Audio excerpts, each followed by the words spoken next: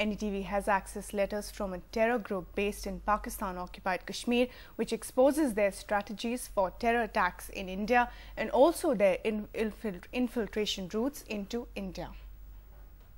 These letters from the United Jehad Council based in Pakistan Occupied Kashmir show in great detail its strategies for terror attacks in India.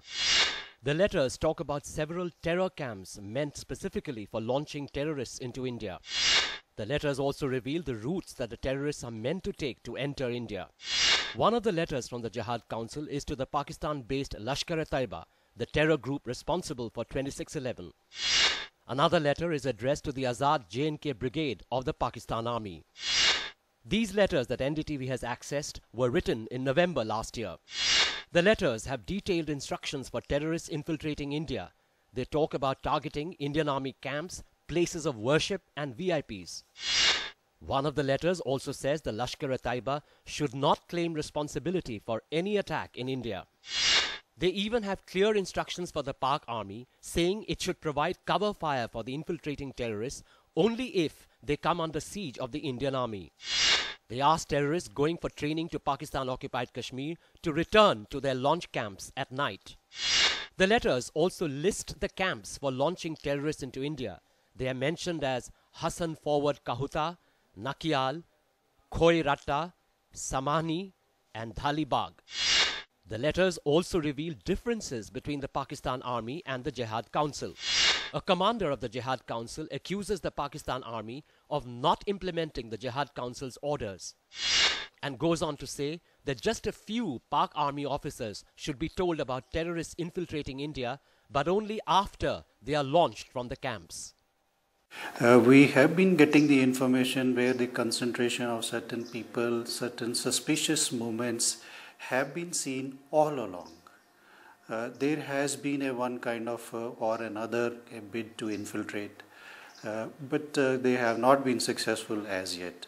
So I would say their preparations, their information about their camps, their training, their preparation for infiltration are on the rise. And we are ready to receive them in any time, whatever manner they try or they make any bid.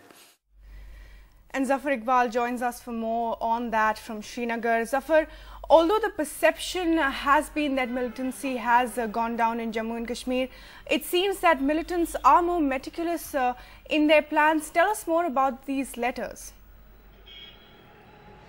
Well, indeed, the security forces have been able to maintain a lot of pressure on the militants right at the line of control and in the hinterland. There have been many successful encounters in the past, and infiltration has dropped down to almost zero now. And that's precisely the reason that militants are showing signs of desperation, and these letters are an indicator to that. They've been writing letters and devising new infiltration strategies. They are infiltrating into in small batches. That's the plan that they are trying to adopt now. So clearly, security forces are indeed this meticulous planning should be a cause of concern for them, and they would take this seriously. And also the other important factors that have emerged from this communication is that there are differences between the militants and the Pakistani army as well. One of the points in these letters is that they would only convey to the commanders at the posts about the infiltration, and the movement will only happen during the night and not during the day. So clearly the militants are devising their own strategy. They've zeroed in on just 5 launching pads, though there are lots of training camps across the border. So clearly these are the new strategies that militants are evolving. It's very obvious that the security forces have been able to stop infiltration because of the border fence and other surveillance mechanisms. So perhaps militants are showing signs of desperation, and those are all indicators towards that. Right, Zafar, also very quickly, like you said, there's a shift in taking ownership for these attacks, and you mentioned support of some from the Pakistani army, and also the fact that they are saying specifically not to take ownership for these attacks whenever they happen. Well, that's right. In fact, the top-ranking militant outfits like the Lashkar-e-Toiba have made it very clear that they won't own the responsibility, they won't claim the responsibility for any such attacks. So we know that they are shadow organizations which rather claim the responsibility after every militant attack. But these are bigger outfits. These are the militant outfits which are actually involved in these attacks. And if you notice in these letters also, they have said that their targets are army installations, places of worship, and also the VIPs.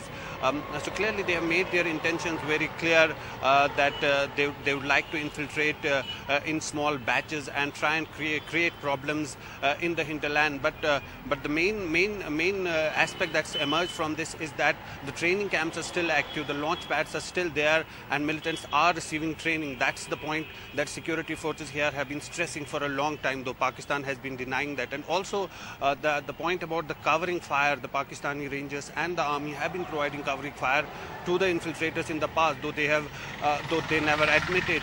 These lead to frequent ceasefire violations. Now what has emerged is that only if a group of infiltrators will be caught or trapped or encircled by the Indian army and involved in some sort of a gunfire, then only the Rangers would provide cover fire. So this is perhaps to de-escalate the tension between the army, Pakistani army and the Indian army.